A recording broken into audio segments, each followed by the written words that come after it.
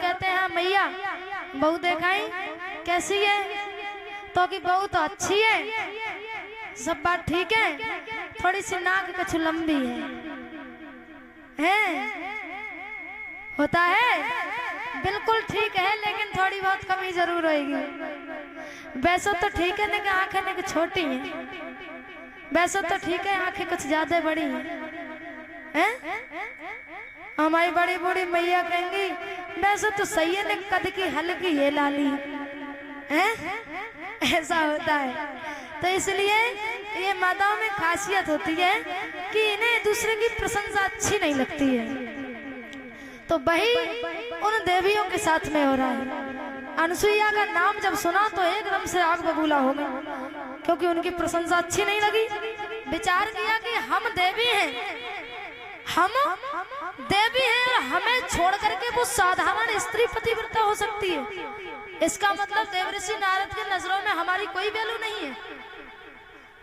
अभी बुरा तो लगेगा, क्योंकि वो देवी है, देवी होकर के भी उनके समक्ष एक साधारण स्त्री का पद उनसे आगे चला जाए तो गुस्सा तो आएगा। अब तो बहुत ही क्रोध आया। अब देवऋषि नारद जो थे वहां से चले गए, क्योंकि नारद का काम ही है ना रद ना माने नहीं और रद माने, तो आप जानते ही हैं जिसकी बात कभी रद ना हो से नारद कहते हैं। चले गए, तीनों देवियां बबूला होकर के बैठी हैं। जैसे ही भोले बाबा और भगवान विष्णु और ब्रह्मा जी तीनों देवता जब पधारे तो कहा देवी, लेकिन देवियां कहां बोले। देवियां तो अत्यंत क्रोध में बैठी हैं। तो महाराज अब देवताओं ने विचार किया कि आखिर समस्या क्या है, देवियां इतने क्रोध में क्यों बैठी हैं। तो उसी समय तीनों देवियों ने कहा कि आप तो हमसे बात ही मत करो। क्यों? जवाब दिया, ये बताओ क्या हम पतिव्रता नहीं है? तो जवाब दिया, देवी हमने कब कहा कि आप पतिव्रता नहीं हो। उसी समय समझ गए कि यहाँ कोई नहीं आ सकता नारद के सिवा। विचार किया कि ये सारी आग नारद की लगाई हुई है। तो कहने लगे देवी हमने आपसे कब कहा, और आप तो पतिव्रता हैं, आप नहीं होंगी तो कौन होगा, आप देवी हैं, साक्षात देवी हैं, तो आपसे बड़ा और कौन हो सकता है। कहा लेकिन देवऋषि नारद तो कुछ और ही कह रहे हैं। कहा क्या कह रहे हैं? जवाब दिया, वो अनसुईया को पतिव्रता बताते हैं, हमसे भी आगे उन्होंने उसको बताया है। लेकिन कहा कि मुझे नहीं लगता कि अनसुईया एक साधारण स्त्री और हमसे भी ऊंचा उसका पद है, हम कुछ नहीं जानते। आप किसी भी प्रकार से हमें ये विश्वास दिलाओ कि वो पतिव्रता वाक्य में ही है या नहीं। तो कहा देवी इसमें तो बस एक ही काम कर सकते हैं, परीक्षा ली जा सकती है और इससे सिवाय और दूसरा काम हो नहीं सकता। तो कहा चाहे कुछ भी करो किंतु हमारे मन को शांति दिलाओ। तो महाराज तीनों देवताओं के जब जिद पड़ गई देवियां, तो कहते हैं महाराज की स्त्री की जो हट होती है, जिद होती है, तो इसके पीछे तो बड़े बड़े महान वीर पुरुष हार गए हैं। अगर इन्होंने कह दिया कि आज ही 5000 की साड़ी चाहिए, तो चाहिए, चाहे फरीदपुर जाइए चाहे बरेली जाइए, हैं? हाँ इनको चाहिए। लेकिन अगर कह दिया कि कल सुबह मायके जाना है तो जाना है, चाहे अपनी मीटिंग छोड़ियो, चाहे कोर्ट कचहरी के चक्कर छोड़ियो, लेकिन इन्हें लेकर के जाइयो। माताओं की ये हट होती है, ये जिद होती है। तो जब तीनों देवियां जिद कर गईं, तो महाराज तीनों देवता जो थे आज वो चले और विचार किया कि कैसे जाया जाए। लेकिन देवताओं को सब मालूम है कि मैया अनसुईया क्या है, लेकिन वो कहते हैं कि स्त्री की जिद है तो जाना पड़ेगा।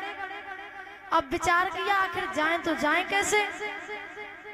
तो तीनों देवताओं ने महाराज साधुओं को भेष बनाया और विचार किया कि उनके द्वारे पर जाकर के भिक्षा की मांग करेंगे। और भिक्षा की मांग ऐसी मांग नहीं, कैसी मांग करेंगे। जैसे ही जाकर के अनसुईया के द्वारे पर पहुंचे तो महाराज क्या मांग की है तीनों ने कि माता के द्वार और मांगे भिक्षा हाथ पसार। ब्रह्मा विष्णु आए हैं द्वार पे माता अनसुईया के द्वार।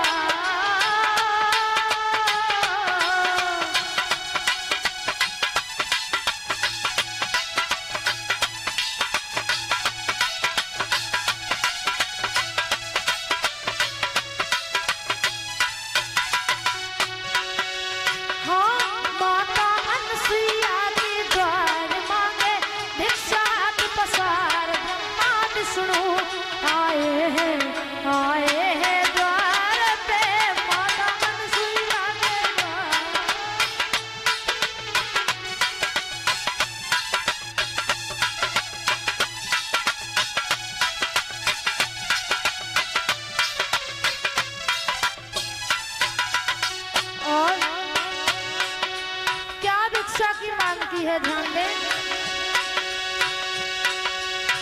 वस्त्रहीन होके हमको भोजन करो, कर न सको तो ऐसा कह दो कि जाओ।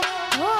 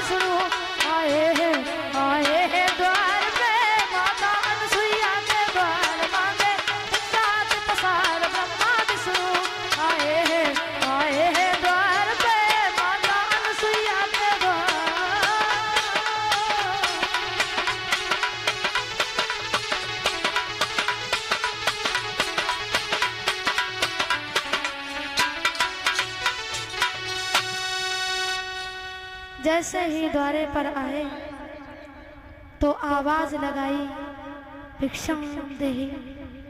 मैया कुछ भोजन का प्रबंध करके बाहर आई, लेकिन तीनों देवताओं ने कहा कि देवी हमें ऐसे भिक्षा नहीं चाहिए।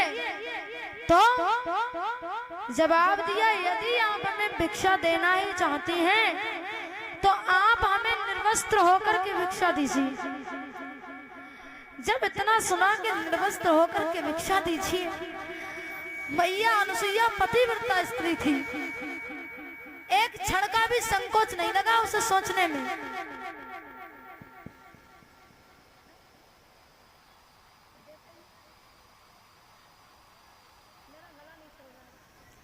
तो जब कहा कि निर्वस्त्र होकर के भिक्षा कराइए, तो उसी समय मैया ने विचार किया कि भिक्षा मांगने में निर्वस्त्र होने की क्या आवश्यकता है। यानी कि यदि कोई साधु आकर के भिक्षा की मांग करे और वो कहे कि निर्वस्त्र होकर के भिक्षा कराइए, तो इसका मतलब है वो कोई साधारण साधु नहीं है। और ये कोई भिक्षा, जो आम तरीके से साधु भिक्षा मांगते हैं, वो भी भिक्षा नहीं, क्योंकि ये तो पूरा सारा मामला ही उल्टा है कि निर्वस्त्र होने का इसमें कौन सा कारण है। उसी समय समझ गई कि लगता है ये मेरी परीक्षा है। पति के चरणों का जब ध्यान किया तो देखा कि महाराज साक्षात उसमें तीनों देवता नजर आ गए। तो विचार किया इसका मतलब ये मेरी परीक्षा लेने आए हैं। अब कितनी चतुर है ये देखो, कितनी बुद्धि है, बुद्धि से काम किया जाता है।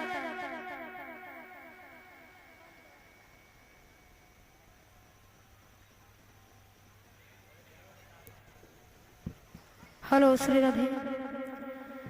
तो के जाना जो आपका रिश्ता उचित है। अनुसुईया अब आपकी सास बन चुकी है, और यदि देवी के घमंड में जाओगी तो ना तो पति मिलेंगे और अपमानित होकर लौटा देगी मैया। इसलिए थोड़ा अहंकार जो है ना, अपना सिर को थोड़ा झुका करके जाना। ये मत सोचना कि हम देवी हैं तब तो पति मिल जाएंगे, अन्यथा मिलने वाले नहीं है, और मैया द्वारे से अपमानित करके और लौटा देगी। तो महाराज चली हैं तीनों देवियां। जैसे ही द्वारे पर पहुंची, मैया के समक्ष जाकर के कहा, मैया हमें हमारे पतियों को वापस कर दो। तो मैया ने कहा, पतियों को वापस कर दो? जवाब दिया, मैंने कब रोका है, जाओ ले जाओ। अब तो विचार कर रही है कहीं ऐसा ना हो, अब पार्वती जी सोच रही हैं कहीं ऐसा ना हो कि हम हाथ पकड़ लें विष्णु जी का। अब लक्ष्मी जी सोच रही हैं कहीं ऐसा ना हो कि हम हाथ पकड़ लें शंकर जी का। अब तो बड़ी समस्या है। अब देखो, जबकि साक्षात देवियां हैं तो अपनी पतियों को नहीं पहचान पा रही हैं। अब यहाँ बात ये प्रश्न उठता है कि देवियां हैं लेकिन पतियों को नहीं पहचान पा रही हैं। बहुत देर तक सोचा विचारी करते रही। अब मैया से कहा, मैया हमें अपने पतियों की पहचान नहीं हो रही, हमारे पतियों को हमें वापस कर दो मैया। मैया ने कहा, मैंने कब मना किया है, अपने अपने पतियों को पहचान लो, ले जाओ, मैंने कब रोका है। हाथ जोड़कर के चरणों में गिर गई, मैया हम हाथ जोड़ करके क्षमा चाहते हैं, हम अपने पतियों को पहचानने में असमर्थ हैं मैया, और हमारे पति जैसे आए थे पुनः वैसे ही कर दो मेरी मैया। तो मैया ने फिर वही पति के चरणों का ध्यान किया और जल का जब छिड़काव किया तो पुनः जैसे थे वैसे ही बना दिए। और उसी समय तीनों देवताओं ने प्रसन्न होकर के कहा, मैया हम आपकी ये जो पतिव्रता धर्म है ना, इसे देख करके और इसे हमने परखा है, आपकी परीक्षा ली है और आप इसमें सफल हुई हैं। इसे देख करके हम बड़े प्रसन्न हैं, बड़े खुश हैं। आप हमसे वरदान मांग लीजिए, क्या मांगना चाहती हो। तो मैया ने कहा कि नारद, मैया अनुसुईया कहती है, यदि आप मुझे कुछ देना ही चाहते हैं तो मैं चाहती हूँ कि इस बार आप हमारे नकली बेटा बने हैं, लेकिन मैं चाहती हूँ कि अब आप हमारे असली बेटा बने। तो कहा, ठीक है मैया, ऐसा ही होगा। तो महाराज जो ब्रह्मा जी थे दत्तात्रेय के रूप में आए, और महाराज विष्णु भगवान जो थे चंद्रमा के रूप में आए, और भगवान शंकर जो थे वो दुर्वासा ऋषि के रूप में आए। अब आइए एक भगवान का भजन।